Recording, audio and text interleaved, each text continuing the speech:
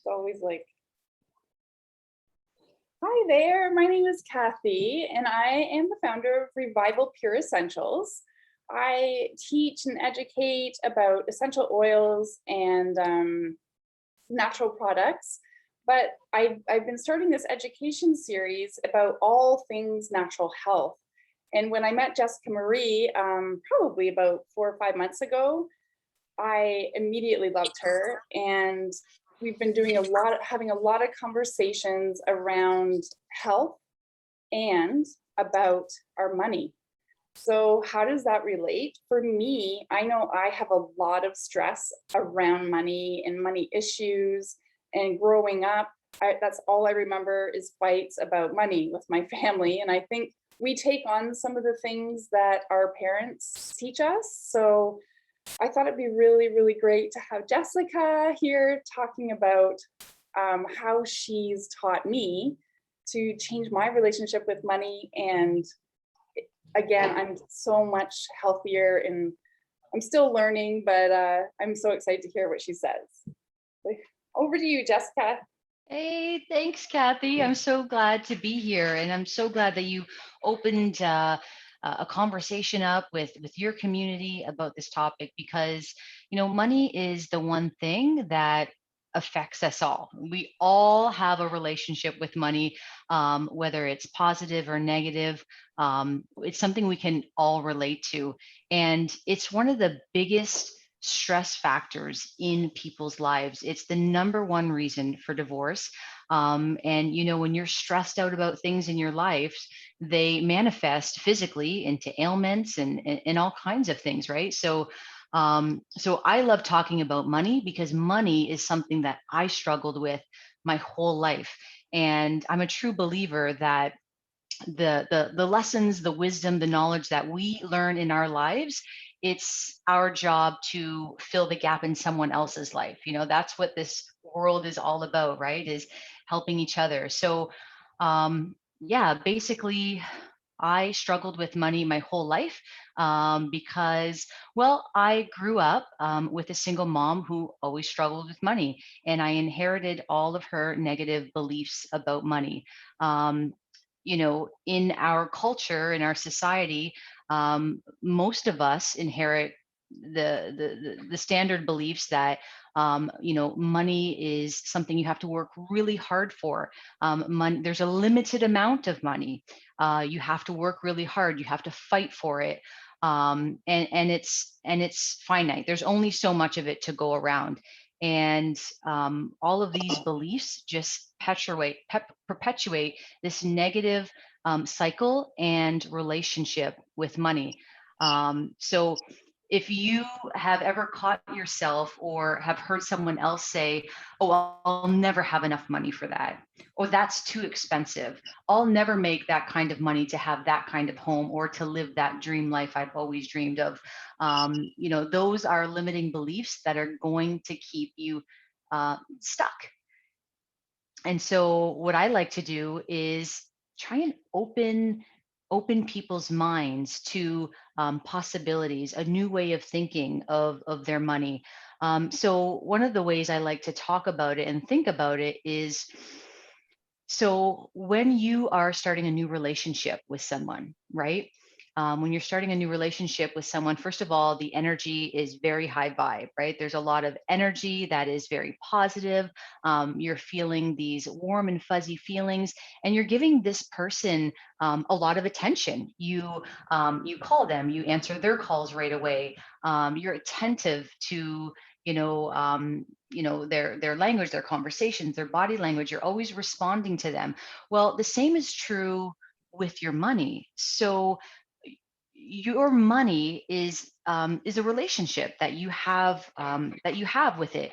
And if you are always thinking these negative thoughts about your money, then you're just kind of perpetuating this negative cycle. So money deserves to be respected, it deserves to be loved, and it deserves attention. And if you want to change your relationship with money, the first thing that you could do that is going to elevate your vibe is to start paying more attention to your money. Start checking on your money, check your bank on a daily basis.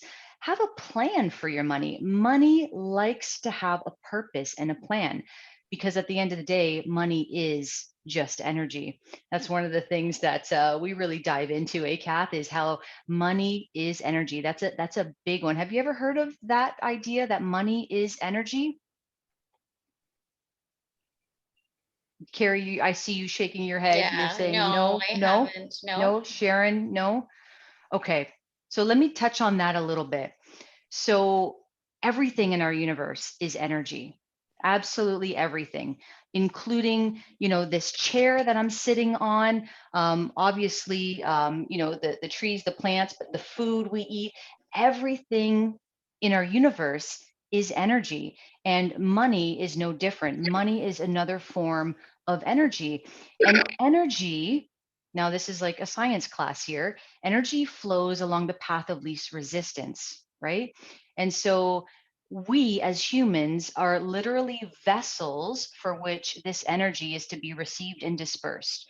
So if you think of money as an energy, it needs to be received and dispersed. So you make money, you give money, right? You receive money, you spend money, right? When you hold on to money, when you hoard money, out of fear, out of the scarcity mindset that oh, you're never going to have enough one day, so you got to hold on to it. um, that is blocking your flow of money. So money, like everything else in the universe, is an energy, and it needs to flow, and it flows along the path of least resistance. And so we as humans are vessels for which to receive and disperse this energy. We alchemize everything in our universe. Just think about the air we breathe in, right? We breathe in oxygen, we breathe out carbon dioxide, right? So we're alchemizing air. We alchemize food. We eat food, we poop, right? We drink water, we urinate, right? We alchemize matter. Even our relationships and our emotions, we alchemize that as well. Um, and money is no different. So when you start to think about money as energy and how it needs to flow, then you're really opening up your mind to new possibilities, a new reality, really. How did you start feeling like this? Like, I know that you said you had a lot of blocks. Oh, sorry. Am I muted? No, I'm not. No, you're good. Um, I know you said you had a lot of blocks and a lot of things. What were the first steps? Like, what made you realize that you were looking at it all wrong? Yeah. So I had a big epiphany a few years ago. And so my epiphany was that so I grew up with a single mom on welfare. We always struggled for money. I mean, it seemed like we could never have enough money. And life was tough, it was really, really tough. And I always said as a kid, because I used to see my mom crying because she didn't have enough money to feed us or to buy us Christmas presents.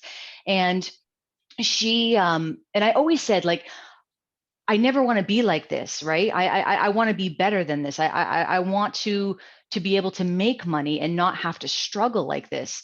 And so I grew up and I started working very young, and I started working as many jobs as I could, and I made my own money. I felt really independent. And eventually, I went through all kinds of bad relationships, alcoholism and all kinds of stuff, right? But at the end of all of that, I was making great money, but I was spending all of it, like literally all of it, more than that was coming in.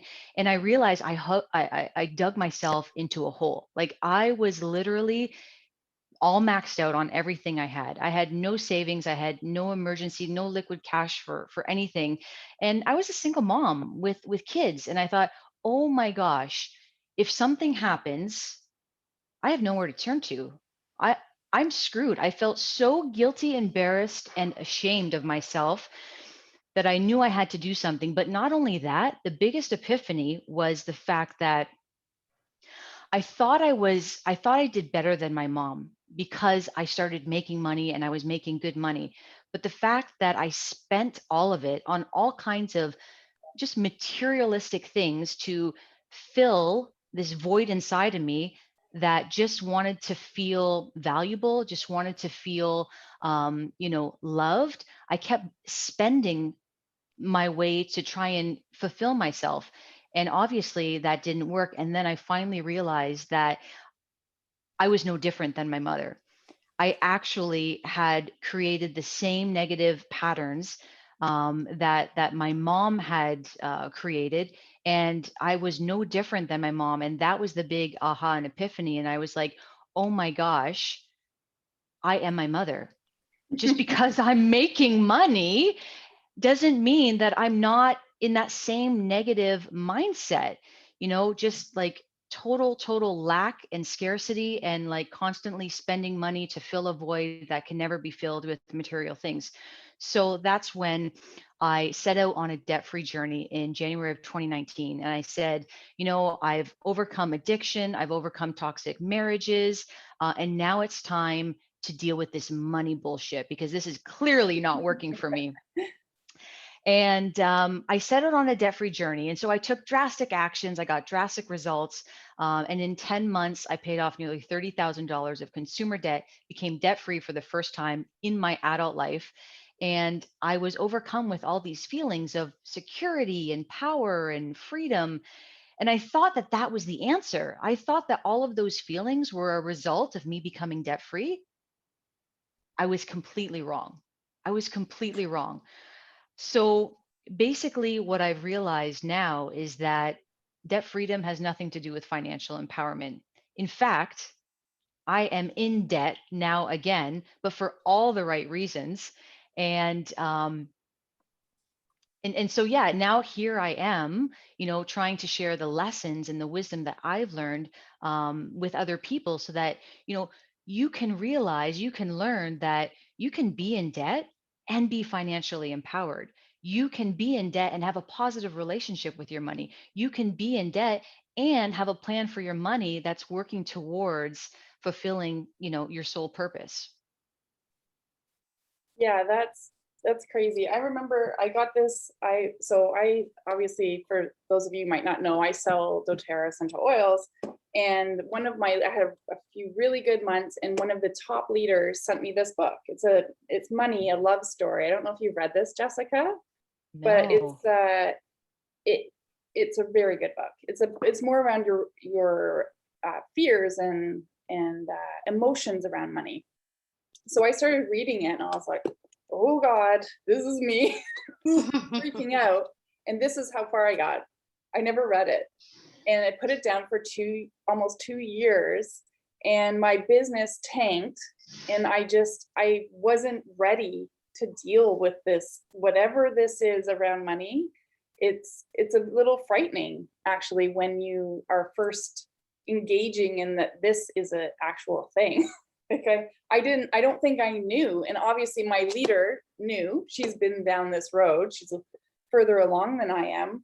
But just that awakening to realizing that money is an emotional thing. It's not just what you make, it's just not what you work for, but it's a huge emotional burden around it. So I don't know if anyone else feels that way, but I know it's been huge for me to really wrap my head around that part of it. So I'd like to throw a couple things at you that blew my mind. So after I became debt free, and then I realized that debt freedom has nothing to do with financial empowerment, I started working with the leading money mindset consciousness coach in Europe and the UK.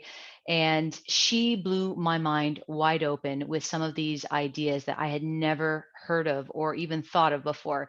And so, one of them is the fact that number one, there are only two forms of currency in the world. And there we go again with that word currency, right? Current is an energy. There's a reason why they call money currency. It's an energy. So there's two forms of currency in the world, cash and credit.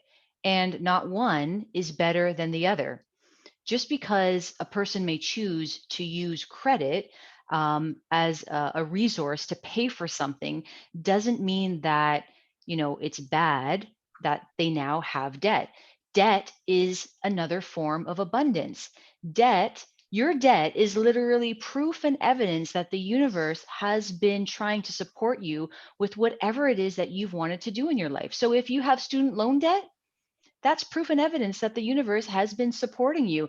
If you have debt from a line of credit because you wanted to renovate your house, that's proof and evidence that the universe has been trying to support you with whatever it is you needed to do. Maybe you needed to pay for a lawyer to divorce a husband. Maybe you needed to um, send your kid to school and you need to get student loans. Just because you have debt doesn't mean that it has to weigh you down. It doesn't have to be a negative thing. Let's change the word debt into the word support. And right there, that just raises the vibration of that notion, right? So you could say, "Oh, I have $10,000 of debt and I feel shackled to it." Or you could say, "I have $10,000 of support." Sounds a lot different. It has a much higher vibration to it. And that's all it is. It's just support. Hmm, that's really interesting. Such an interesting way to look at it. And I think, if I've heard this before because I've sat in with you a few times and listened to Harriet. But I think this is probably a new thing for a lot of people to hear. So does anyone have any questions around that at all? Not really, eh? Well, So I find it very interesting. My husband and I constantly have conversations, obviously, around money, and I'm really glad I'm always we have our home, and we decided to purchase a cottage, which was, put us in additional debt. But I have always looked at it as though, and I don't know if the word support is right, but it's creating something for our future. Right now it's creating memories for our family. um it's not really the extended family and friends right now because of the pandemic, but I see it as more of a positive thing than he sees it. Mm, He just sees it as debt, mhm, right? And it's and I also feel that real estate, especially right now in our area, it's accumulated, like it's gone up 40% just in the Kawartha Lakes. But that doesn't interest me because we're not going to sell it. It's just it's do you know what I'm saying? absolutely. You have Yeah, two opposing emotions attached to this debt, this money, right? right. And the thing is, you know, if you want to, so we have we have a purpose here on this planet. Okay, so I had to shut the door because it my was partner smooth started though. It was really to smooth the way play you did his guitar. I can hear him starting to play his guitar, so I'm like, okay, I gotta shut that door. Um, we have a purpose here on this planet, okay? And our first purpose here on this planet is to have a human physical and emotional experience, right? And the second is to use that experience to to contribute to the collective consciousness, to our communities, to the world. And when you spend money that is in alignment with what you want to learn, what you want to experience, how you want to show up, and how you want to contribute, that money is not wasted. That money will have a return because it's in alignment with your truth, with who you are and why you're here. Alternatively, when you spend money that's out of alignment with those things, then we experience things like buyer's remorse or shopper's guilt, right? We have those feelings. So when my coach said to me, there's no such thing as overspending, only spending in alignment and out of alignment. That blew my mind wide open because I'm like, what? Like, are you kidding me? And then it made so much sense because when you think about it, you can, if there is an opportunity that presents itself to you and you're like, oh my gosh, like, I so want to experience that, whether it's, purchasing this cottage because you want to have your family there and you want to create these memories. If that is on your heart and your heart desires that, you deserve that. It's not something, when your heart desires something, it's not there to torment you or to taunt you. Anything that's on your heart, you deserve. It's there for a reason. And so if you were to borrow money to get the thing sooner than like saving up for 5 or 10 years, who knows how long it would take to save up to purchase a big thing. All you're doing is collapsing time, and you're using the bank who's in the business of lending money, and you pay them a fee called interest to have the thing sooner, to collapse time. And that's another one of the myths and social constructs that we've inherited from society and in our parents, is that the banks control all the money, and the banks are evil, they just want our money.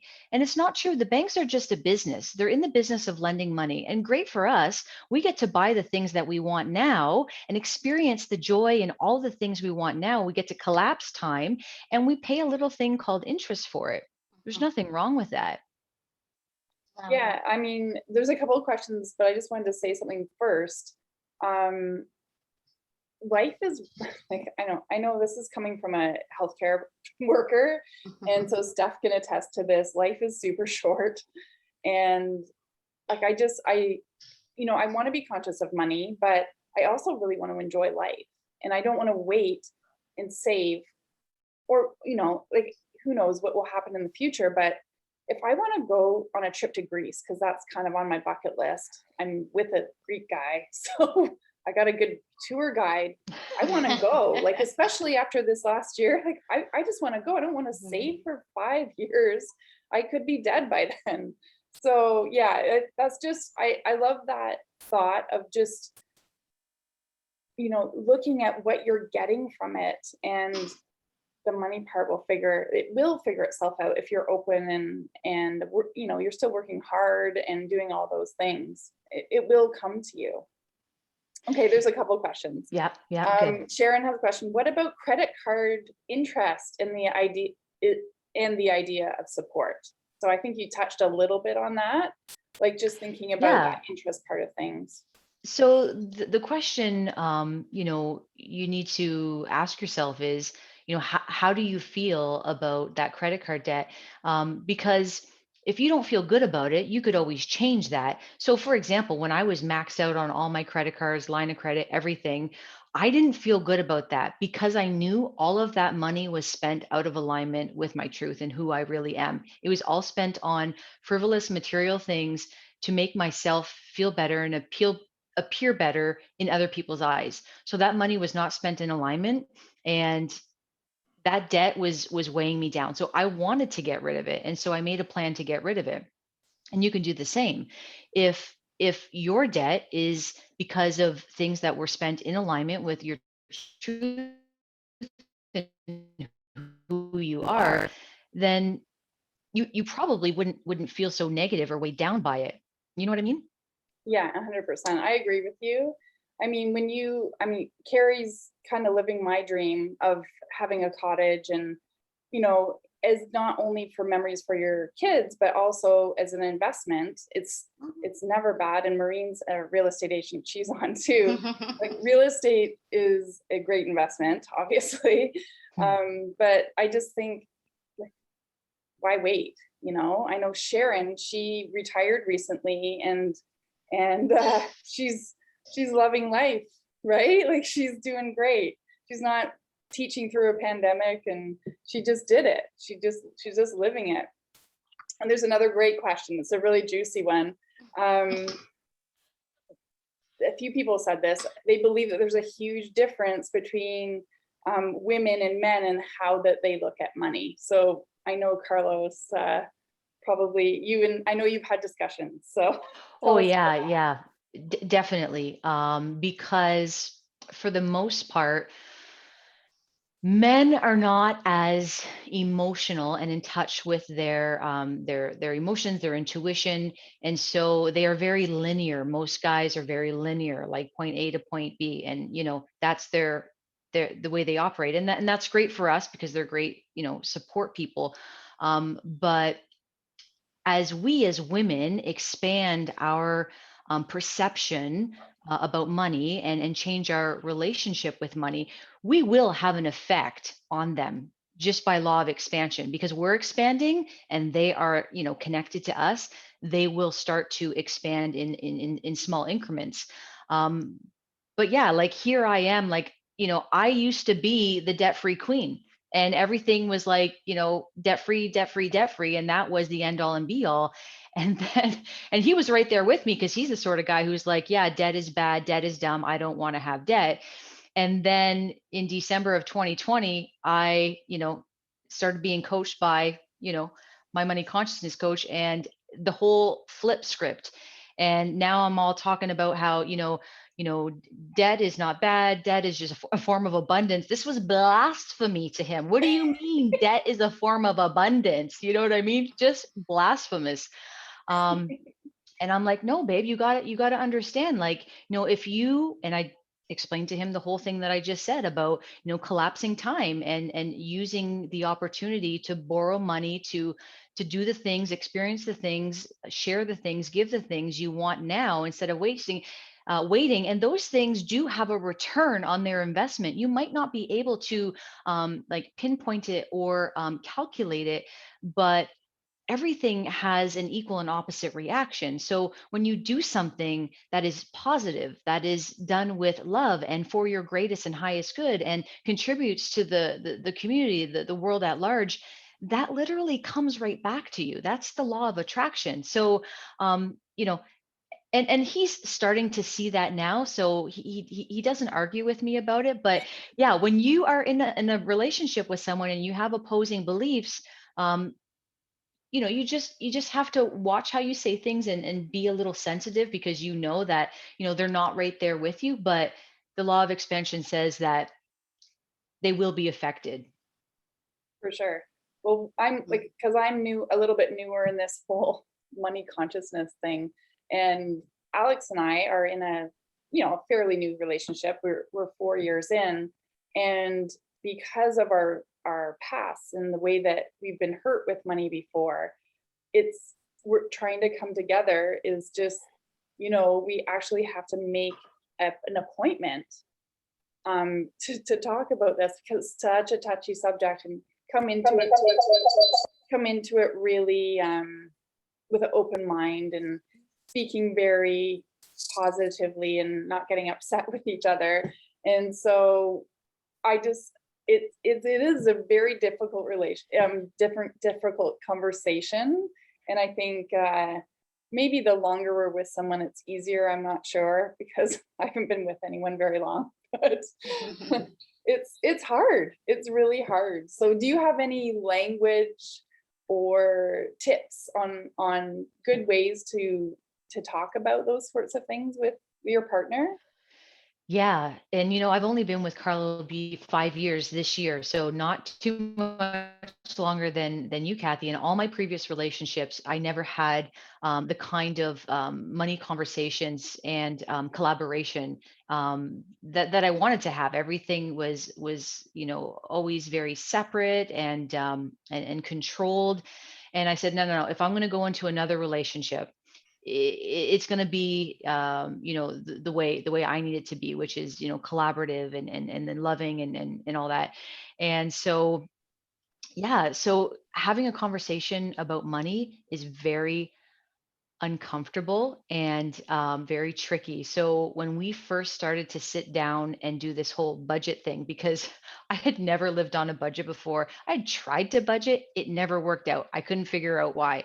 I figured out why, and I can share that another time. But yeah, so basically, you need to sit down every single month, because every single month is different. It has different extraordinary expenses. You might have a graduation coming up, you might have someone's wedding, there's all these things. So every month is different, and you need a unique plan for every single month. And so when we first started sitting down together, like, it didn't take long before things started to get tense, and you could feel like that energy was uncomfortable. And it took some practice. And I started to realize that, first of all, having a little treat and your favorite drink to set the mood does help. You want to be in a good mood coming to this conversation and this meeting.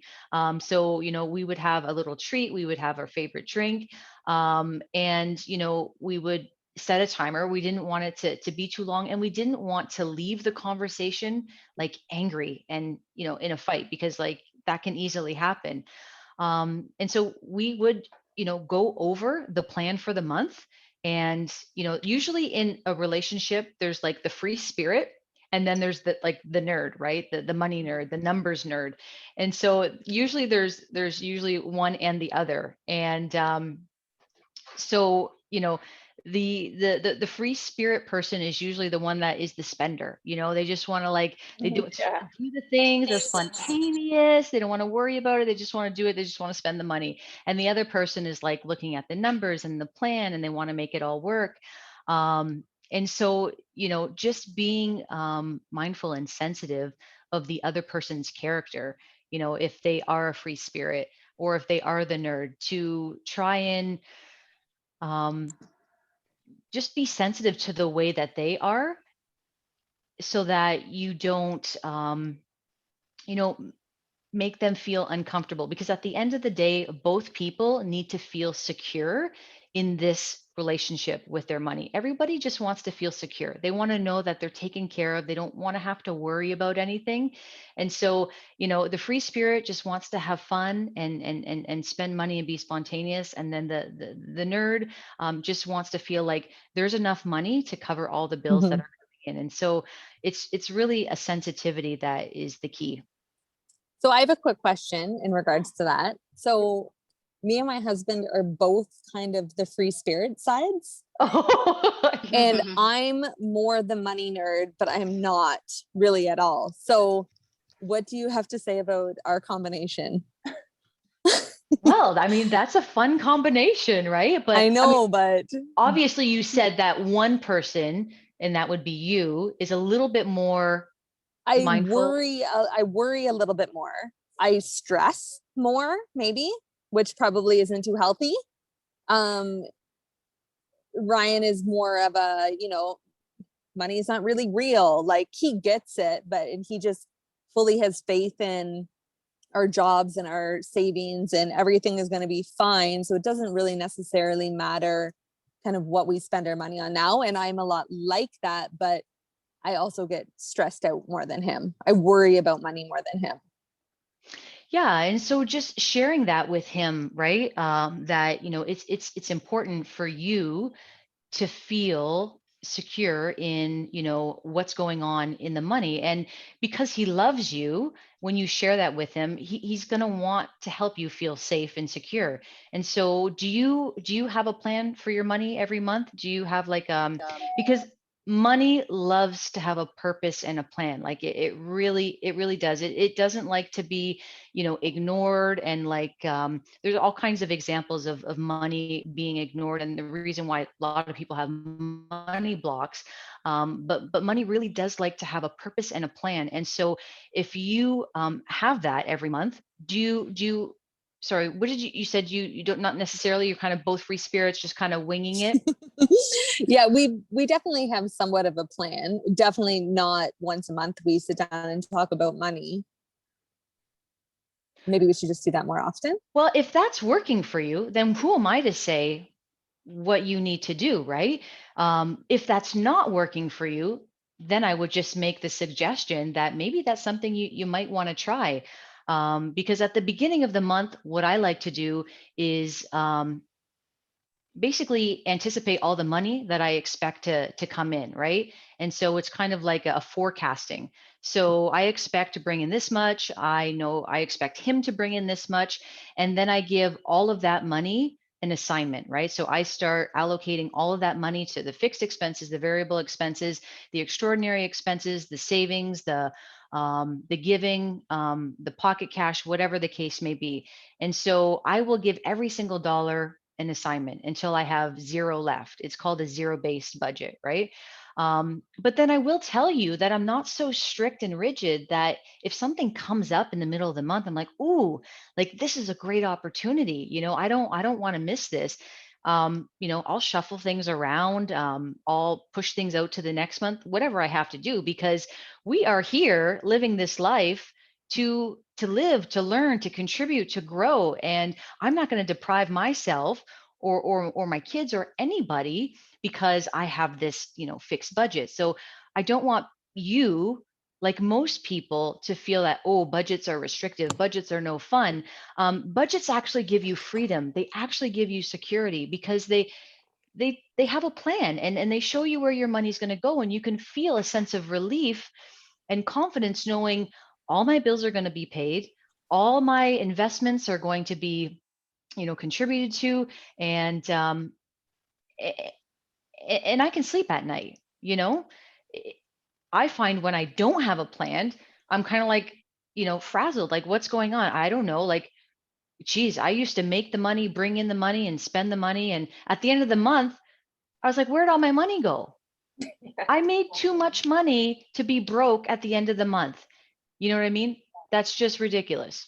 Yeah, and I'm just starting, so I'm just starting on this zero-based budget, and it didn't, like, this was my first month, so, and then at work, I didn't get paid for some reason, and, all these things happened, which was hilarious because I'm trying to make this budget work, but what I did realize was that it was really interesting because I had gotten a bit of money and I had placed it where I thought I would like to, start paying off a little bit of debt and giving myself a little leeway.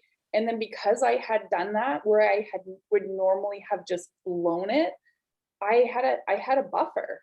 And so, I will eventually get paid, but it was just like a thing that happened. And I had zero stress. So for me, like if I had done my normal thing and spent every cent, I would have been screwed.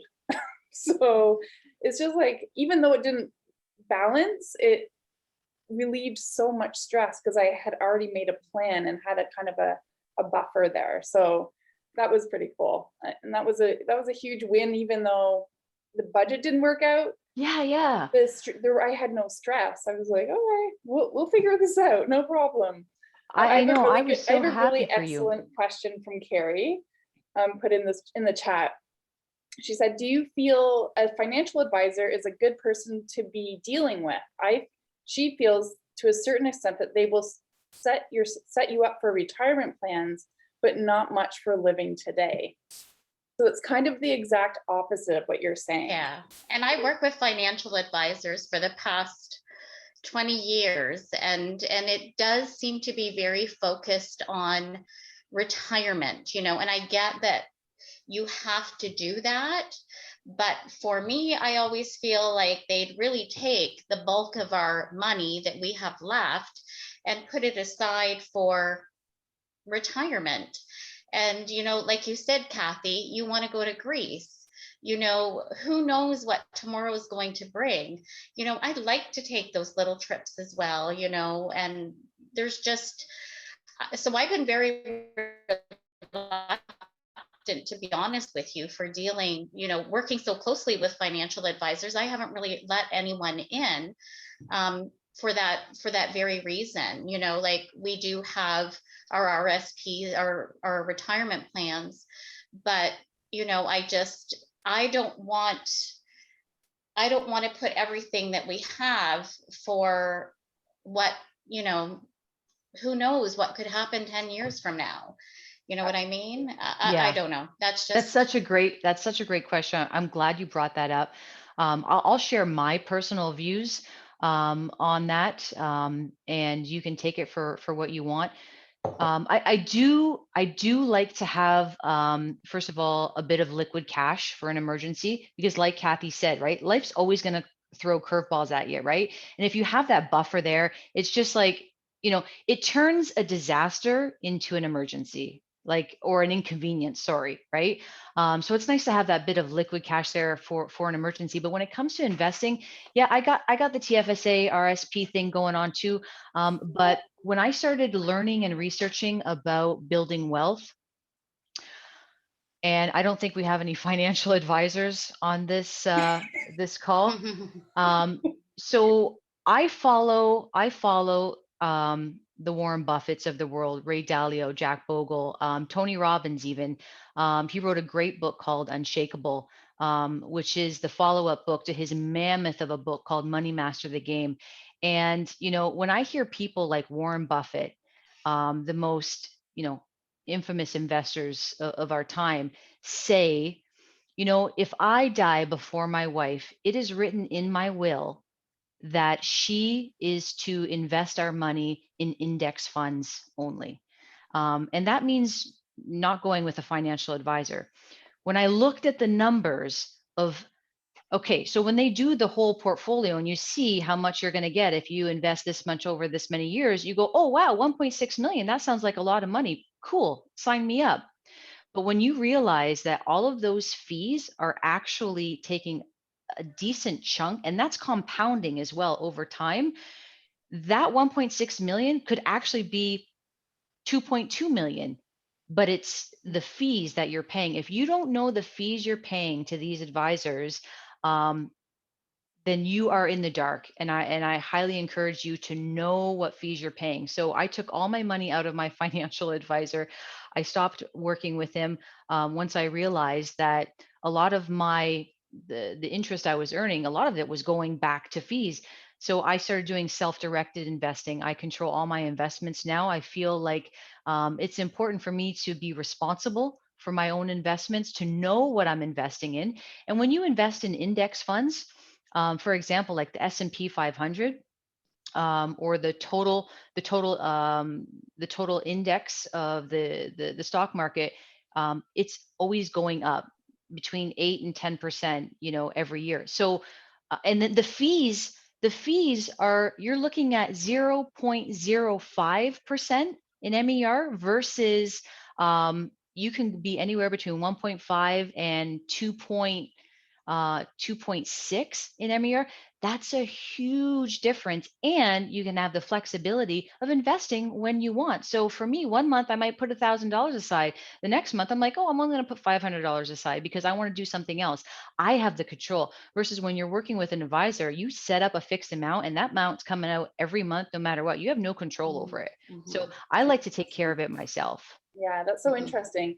And, because over the last few years, I've surrounded myself with such strong women. I have a plan. I'm so excited, and I know somehow that it's going to happen. But multiple incomes is super huge. I think that's the way. I mean, I'm lucky enough that I have a pension when I finish working at the hospital, but it's not going to be enough to support me in a lifestyle that's not so confined. But investing in property, doing a business on the side, like all of those things allow the money to keep coming in and doesn't keep you so like, oh, you have to stay at work till 65. Well, guess what? I probably won't be able to even walk when I'm 65. So like just surrounding yourself with such strong women who can kind of show you the way is so huge. Maureen and I talk about investing in properties all the time. And I never thought that was a possibility for me, but it absolutely is. And if someone had told me about this 10, 15 years ago, it would have been a game changer, right? So, I mean, it's a little late, but it's never too late. I just feel like all this is coming to me when it's supposed to. And that's a huge thanks to you, Jessica, and all you other strong women that I know. Oh, Kathy, just the fact that you're thinking like this totally is a possibility now, is making it a possibility. Like when you're in the mindset, oh, I could never have, like I said before, I could never have like enough money to have an investment property. Guess what? You're never going to have an investment property because you're already like, if you can believe it, right? If you can see it, if you can believe it, then you can achieve it. But if you believe nothing's possible, something's not possible, guess what? It's not going to happen, right? Yeah. She's doing the slide again. My dog came in. It'd be hilarious if a hook came around your neck. All right. Well, I think we should wrap it up. It's been just under an hour, which it's been a Wow. great conversation. I'm Mhm. so I happy loved you it. guys came, and I'm so happy that everyone interacted, and it's huge. Does anyone have any last questions or anything for Jessica? All good. I think we One- all got a lot out of it. I just want to thank you so much for coming and sharing all your knowledge and just a different way of looking at it. You know, it's just such a huge eye opener when you just stop thinking so narrowly and just open up your mind to all the possibilities. So I wanted thank to you. share one. Yeah, you're very welcome, Kathy, and thank you for having me. I wanted to share one thing with you, ladies. I put in the chat there. I'm actually going to have a free webinar coming up on June the 22nd. I'm working on it right now. It's called How to Become a Money Magnet, Even If You're in Debt. And so if that's something that you're interested in attending, I put the link in there. You can register for that. It's absolutely free, and you're going to get a ton more value. I'm going to talk about more things in more specific areas, but that's something I'd love to invite you to if you're interested in it. Oh, that's great. I will post it. Actually, I'll send it to all of you ladies in the group here, if that's okay. And then, hi, Maureen, saw your face. And then I'll share that too in my community, if that's okay with you, Jessica. Yeah, that'd be awesome. Actually, I'm going to start promoting it next week and for the next 2 weeks leading up to it. So that'll be Okay, great. Thanks, Kath. excellent. So good. Thanks everyone for coming, and another great episode. That was a great one.